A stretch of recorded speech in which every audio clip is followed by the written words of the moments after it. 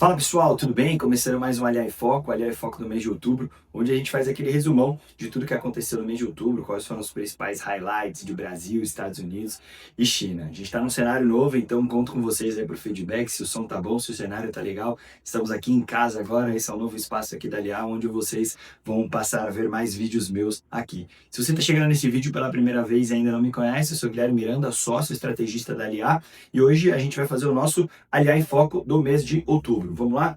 Acho que primeiro um panorama geral, né? Acho que a gente está vivendo um momento de transição no Brasil. A inflação continua arrefecendo, que a gente fala, ela começando a voltar ali para o centro da meta. Lembrando, temos uma meta de inflação de 3%, podendo chegar até 4,5%. Então, devido aí às últimas expectativas e até projeções que o Boletim Focus passou, a gente vai ter uma inflação aí por volta de 4,50, 4,52 para o final do ano, ou seja, dentro ali do centro da meta. Mas o que ainda continua preocupando o Brasil é, com certeza, o ambiente político fiscal. Ambiente político, quando eu falo de político, não somente a corrida presidencial, mas também todo ambiente político que envolve aí legislações, leis, aprovações de emendas, novos projetos. Então isso ainda vem preocupando. E, obviamente, o fiscal, que parece que o Brasil ainda continua, né, empurrando com a barriga. Estava no evento essa semana e ouvi uma frase que foi muito legal, queria dividir aqui com vocês. Parece que está todo mundo numa sala de parto, a gente está esperando nascer ali um futuro candidato a presidente e até agora nada. Mas vamos lá, né? Começando aqui pelo Brasil. Acho que o Brasil, o foco segue, obviamente, dentro do fiscal. A gente está vendo diversas revisões fiscais e orçamentárias que devem ser feitas, e o governo parece que ele, por um lado, ele sabe que tem que ser feito, mas por outro ele fica ainda naquele empecilho de vai, não vai, vai, não vai. Eu acho que esse tempo mais do que esgotou. Acho que, independente se a gente vai ter um Lula 4 ou um novo governo de direita em 2026, acho que esse relógio fiscal tem que ser corrigido com urgência. Falando um pouco de dados de inflação, a gente teve divulgação do IPCA do mês de setembro, veio 0,48, então a gente teve ali um arrefecimento para cima, né? Perdão, a gente teve um ajuste para cima. Arrefecimento para cima não existe. A gente teve um ajuste para cima, então a gente saiu ali de um 0,18 para um 0,48. A gente entende que nesse mês de outubro e novembro, de fato, a inflação tende a ficar um pouco mais gorda, principalmente com a questão da energia elétrica, né? Que voltou a ter uma tarifa de bandeira vermelha, mas isso volte a corrigir no mês de dezembro. A gente teve também, né, alguns dados que vieram de divulgação de emprego. Acho que a geração de emprego ela continua tendo um pace forte e super importante nesse controle inflacionário. Por outro lado, a gente tem uma Selic alta, uma inflação arrefecendo, uma geração de emprego, né, um pouco mais robusta. Então, isso começa a dar sinais e fortalecer, né, a tese de que a gente, de fato, vai ter ali um corte de juros já nesses primeiros meses, né, do ano de 2026. Algumas casas entendem que é no final do primeiro tri, eu e o BTG e mais alguns outros que eu bati um papo entende que a gente vai ter isso aí logo no começo, em janeiro.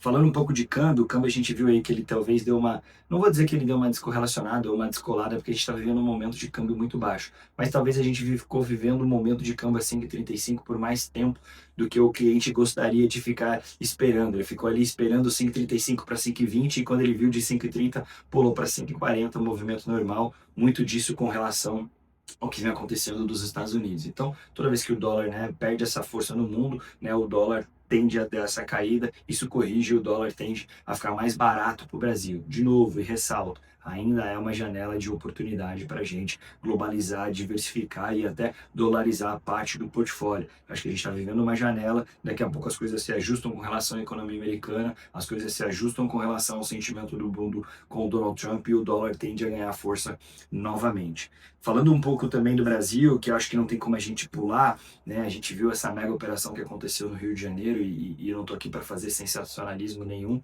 mas eu acho que o que eu tenho a dizer é o seguinte, né? A gente começa o ano de 2025 com o Lula sem nenhuma narrativa para se segurar. E aí o Lula tem três grandes cabos eleitorais super importantes. O primeiro dele é um marqueteiro internacional chamado Donald Trump, o segundo é o Eduardo Bolsonaro e o terceiro é o Jair Bolsonaro. Então ele tem três pilares muito importantes na candidatura dele, que são pessoas que estão na mídia, estão falando, estão fazendo tudo aquilo, e isso vai gerando ibope para ele. A mega operação do Rio de Janeiro, por um lado, foi talvez um gancho que ele tomou ali que ele não esperava.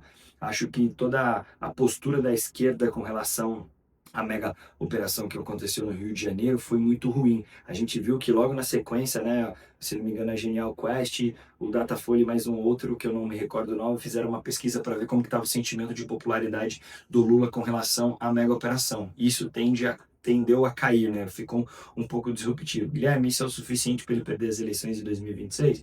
Obviamente não, mas tudo isso vira argumentos e armas para uma nova corrida eleitoral. A gente ainda segue naquela dúvida, vai vir Ratinho Júnior, vai vir Caiado, vai vir Eduardo Leite, vai vir o Zema, vai vir Tarcísio ou não vai vir Tarcísio. A verdade é que o mercado fica fazendo trade, fica fazendo flirt entre Lula versus quem para ver como que a gente desenha um cenário de 2026 com tudo isso.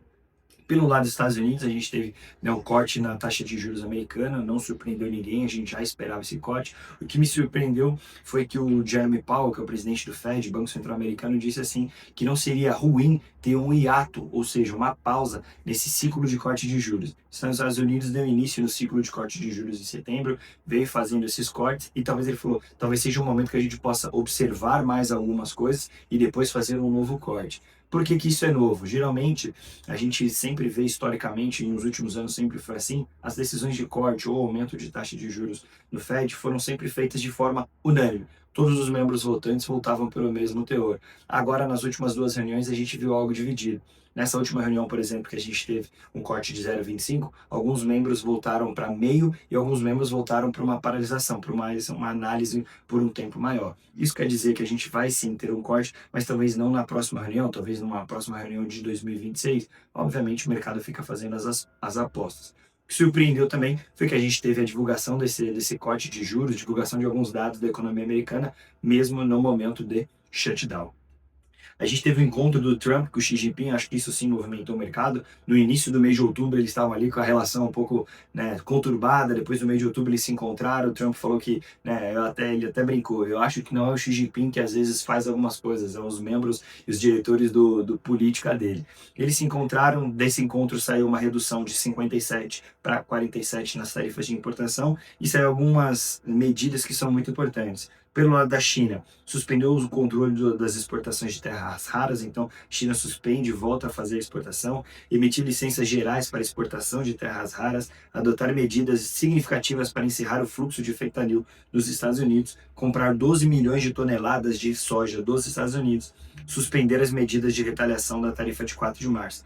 Pelo lado dos Estados Unidos, reduziu a tarifa em 10 pontos percentuais, de 57 para 47, e estendeu a validade de algumas exclusões de tarifas na seção 301 até novembro de 2026. Então esse foi o resumão de tudo isso que a gente aconteceu, né, em outubro. Se você está vendo esse vídeo, provavelmente aí nos primeiros dias de novembro, a gente já teve divulgação do resultado de taxa de juros no Brasil, que a gente espera que seja mantido e com certeza esteja mantido. E trazendo aqui por último, quando vocês me cobram, como foi o fechamento de alguns índices. Bolsa fechou outubro a 1,75 positivo, no ano acumula aí mais de 23%, quase 24% de performance. O dólar fechou em 5,38, no ano cai 9,60 e o S&P com mais de 17% de valorização no ano, fechando o mês em 6.890 pontos. Fechado, pessoal? Como eu sempre digo, fiquem próximos aqui da gente, fiquem próximos da nossa assessoria. Qualquer dúvida, tanto eu quanto a Lia, a gente está aqui à disposição para bater esse papo com você e tirar as dúvidas que vocês venham a ter. Fechado? Valeu, galera. Até a próxima. Um abraço.